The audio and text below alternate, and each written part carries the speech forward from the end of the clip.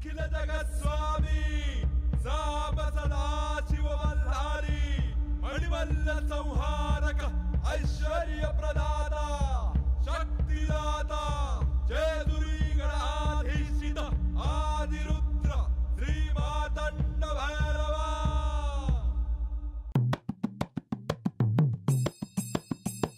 जय देवा जय देवा जय देवा जय देवा जय देवा जय शिव मातंडा।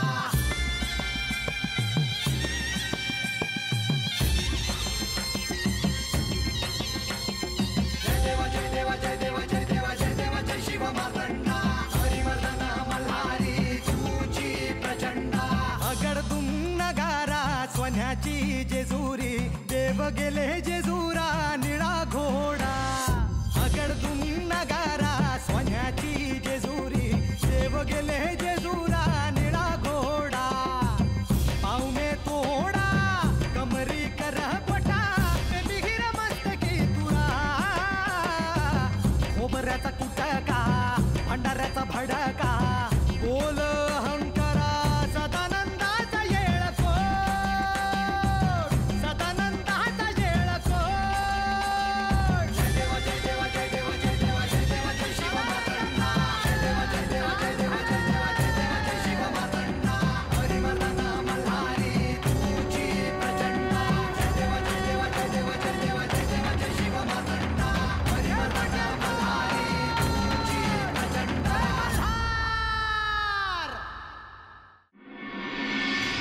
मायसा, मी तुला आजवर कधीही काहीही चुकीचं सांगितलेलं नाही।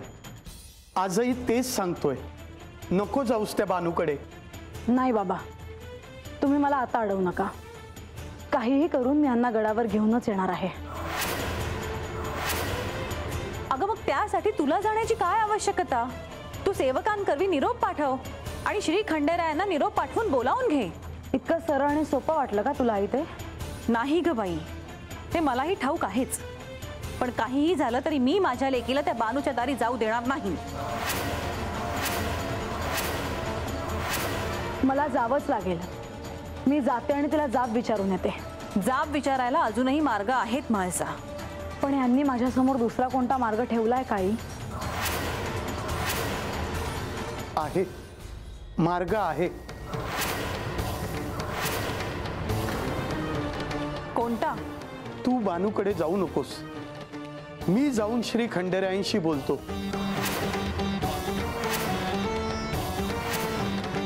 पण बाबा, हा मार्ग चांगला आहे आणि तुम्ही एकटे जाऊ नका।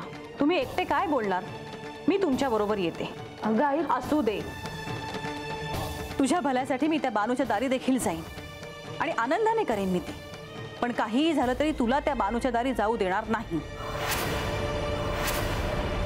म्हाळसा, तू तुझ्या कक्षात जाऊन बस, आम्ही जाऊन येतो।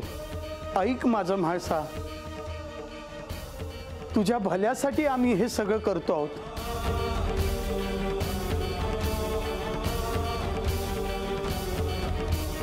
माधवी, तिला काय हवं नको ते बघ। हो। अहो चला आता।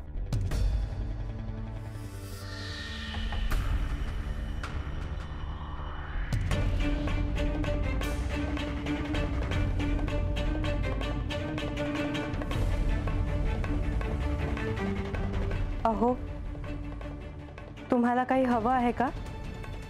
नाही देवी,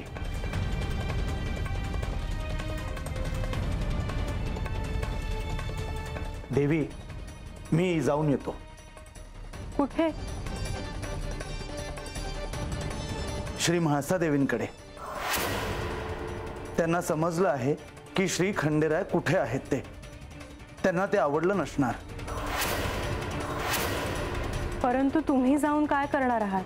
अहो, त्यांना समजवायला हवं की श्री खंडेराय गडावर परत येतील, त्यांच्याशी बोलायला हवं। परंतु हे तुम्ही का सांगायला हवं? असं काय करताय देवी? त्यांना शांत करायला नको का? नाही, तुम्ही मध्ये पडू नका। श्री खंडेरायांनी ठरवलं आहे बानूकडे जायचं, मग म्हाळसाशी काय बोलायचं हे देखील त्यांनाच ठरवू द्या। तुम्ही का मध्ये पडता आहात? हे सगळं तुम्ही बोलता आहात, मला आश्चर्य वाटतंय।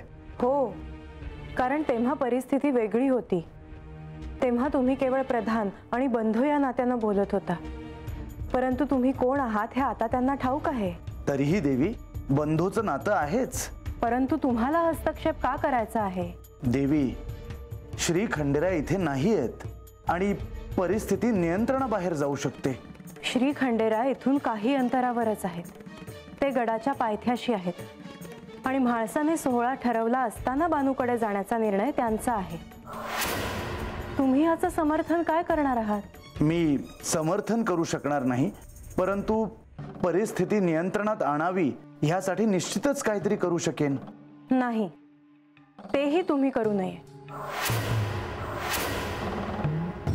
श्री खंडेरायांनी बानूकडे थांबण्याचा निर्णय काहीतरी विचार करूनच घेतला असेल ना? ठीक आहे देवी, मी नाही जाणार.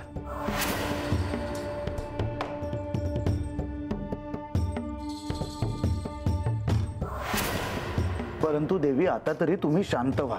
तुम्ही माझ्यावर रागावला आहात का? नाही.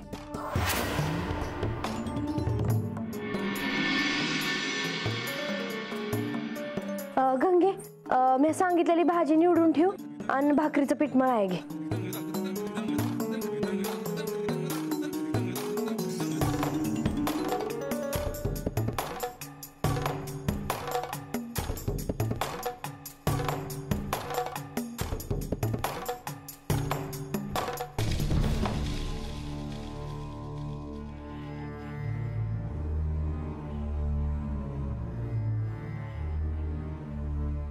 अजून काय हो आहे का जी?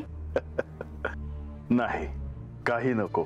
आता असं हसाया काय झालं जी? बानू, तुझी अशी धावपळ पाहिली आणि मला ते चंदनपुरीचे दिवस आठवले. ते क्षण माझ्या डोळ्यासमोरून जातच नाहीत. तिथे देखील तू अशीच धावपळ करायचीस. आता ती बी आहेच की. मी हाता आले हाय म्हणून काय सवय जाते भाई कुठं. मी आले जी.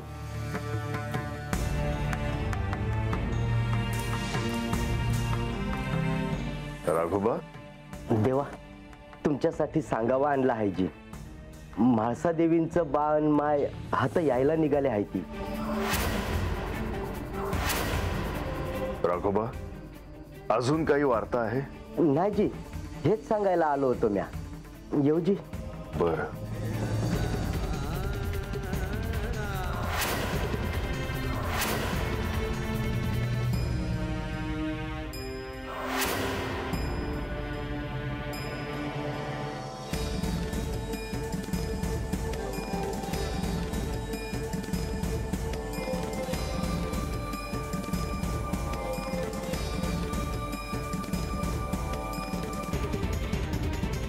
बानू,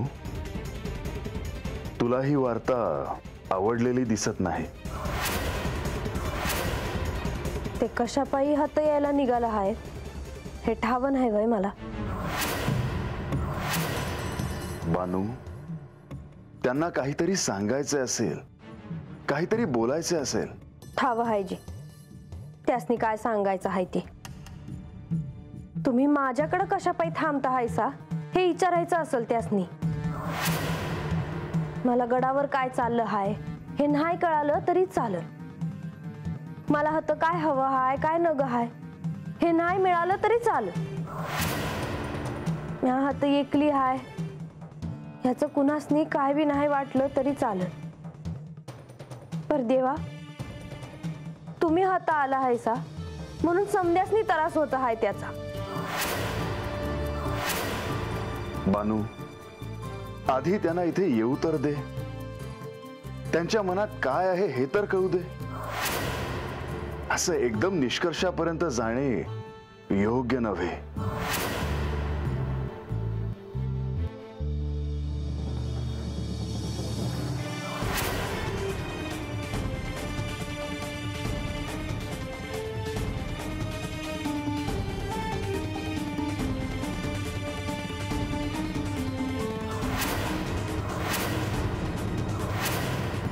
तुम्हाला कळलं असेलच ना हो, काय अर्थ घ्यायचा मी याचा?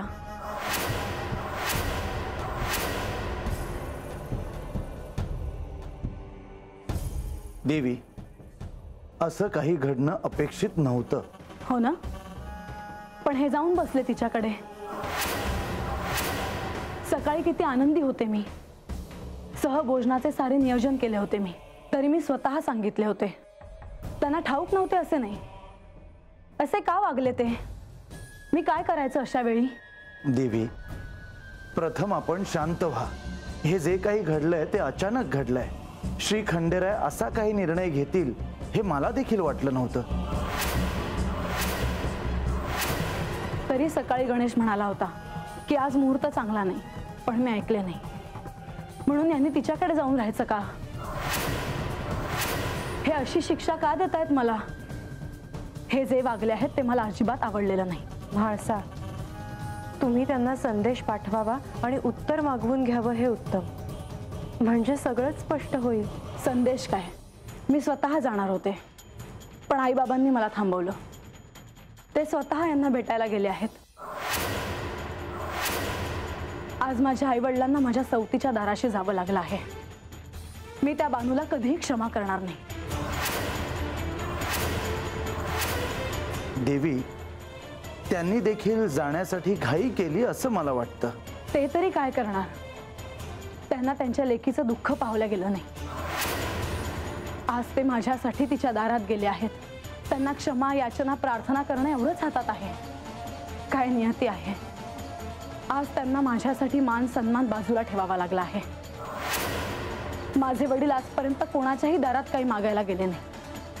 केवळ त्यांच्या लेकीसाठी आज ते तिथे गेले आहेत. म्हाळसा, श्री खंडेरायांनी असा निर्णय घेण्यामागे काहीतरी कारण असणार. आपण ते समजून घेऊया. नाही देवी, कारण काही असो ते मला पटणार नाही. खरं तर मी वेगळ्या कारणासाठी आले होते. मी जे नियोजन केले आहे, जो आनंद सोहळा आयोजित केला आहे, तो तसाच होणार.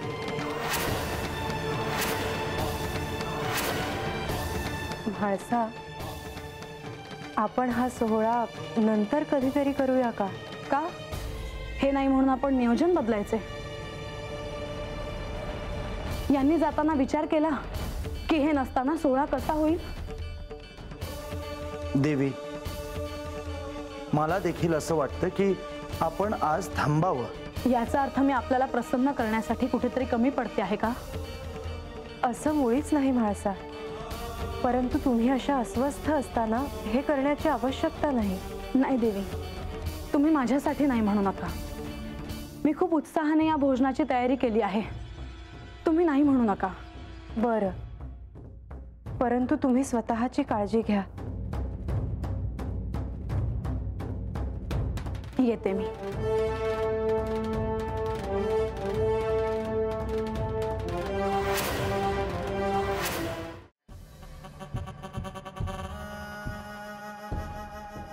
गणोबा,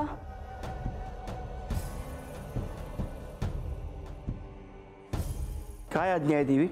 गणोबा, आज गडावर कामकाज कोण पाहत आहे? केवढप्पाजी, त्यांना बोलावून आणा. जी आता जातो आणि बोलावून आणतो जी.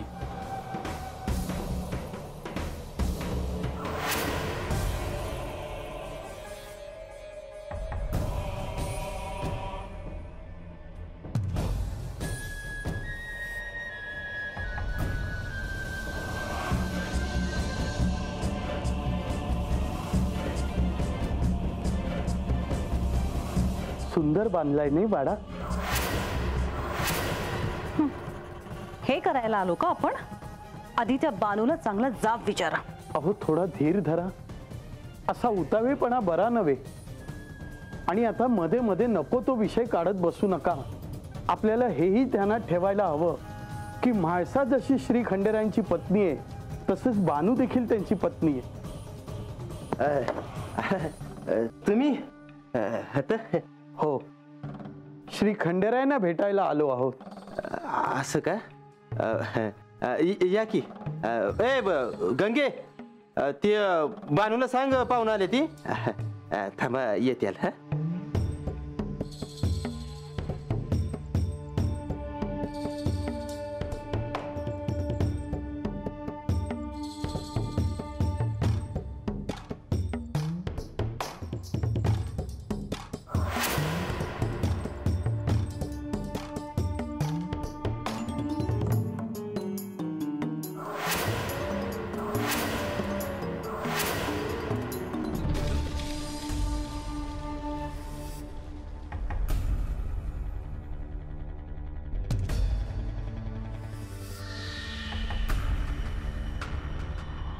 थांब बानू, मला नमस्कार करू नकोस. तू श्री खंडेरायांची पत्नी आहेस. तू असे करणे योग्य नव्हे. असल पर तुम्ही बी म्हाळसाताईंचं बा हायसा, आणि जसं मला माझा बा आहे त्याच्याच वाणी तुम्ही बी हायस. हो, ते देखील आहेच. परंतु श्री खंडेराय म्हणजे साक्षात महादेव, माझे आराध्य.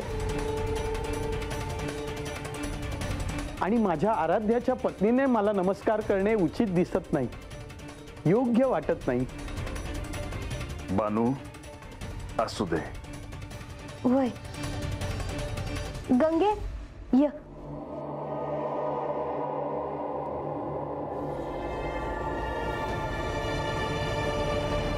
वैस पायावर पाणी घ्यायचे.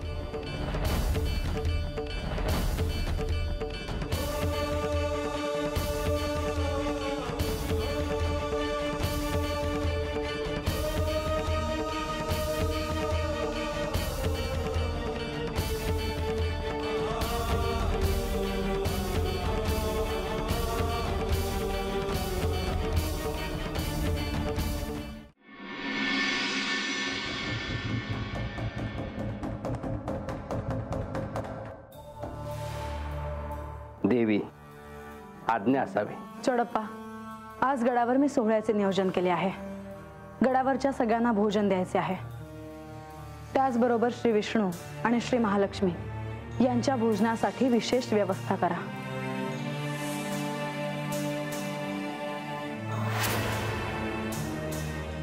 काय झालं? नाही देवी, तसं नाही. पर देवगडावर नाही, ती माणसं जेवायची नाहीत. मी इथे आहे याचं काहीच महत्व नाही का? नाही देवी, तसं नाही. काळजी करू नका सा, मी समधी व्यवस्था करतो. आणि देव इथेच आहेत, जेजुरी सोडून कुठेही गेले नाहीत. ते केव्हा येतील?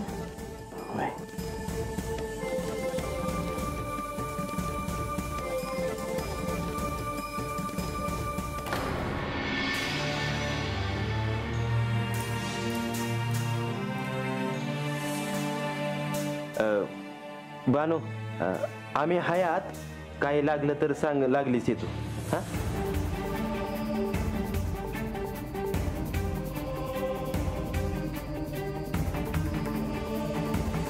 तिम्माशेठ, कसं काय येणं केलं? आपल्यालाच भेटायला आलो मुद्दाम. त्या निमित्तानं हा वाडा पाहण्याचा योग आला.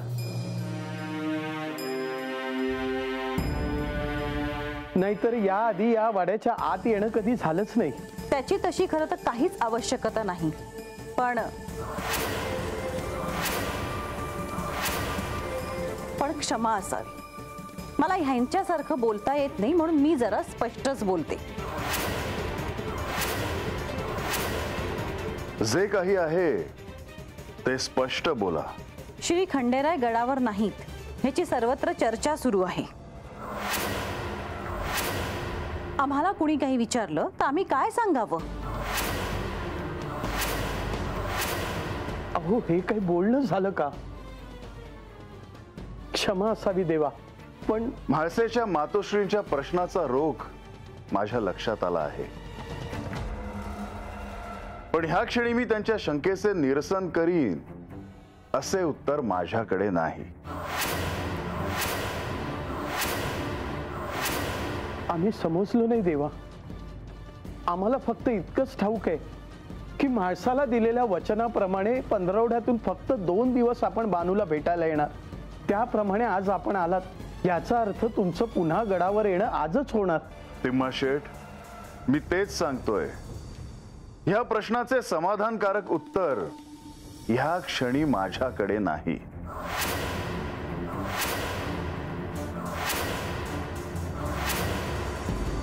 म्हणजे तुम्ही गडावर कधी येणार हे तुम्हालाच ठाऊक नाही का? होय, असंच समजा. देवा, खरं तर मी तुम्हाला काही सांगणं अयोग्य आहे, परंतु मी म्हाळसाला सांगितले आहे म्हणून मी तुम्हाला विचारणा करण्याचे धाडस करीत आहे. म्हाळसा तुमची वाट बघत आहे. तुम्ही गडावर कधी येणार हे बघण्यासाठी ती आतुर झाली आहे. आपण लवकरात लवकर गडावर यावे देवा.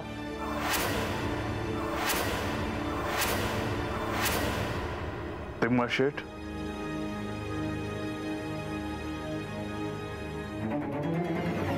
मी गडावर कधी येईन ह्याचा काहीच नेम नाही. ह्याचा काय अर्थ घ्यायचा आम्ही? म्हणजे तुम्ही कधी गडावर येणारच नाही? कदाचित होय, कदाचित नाही.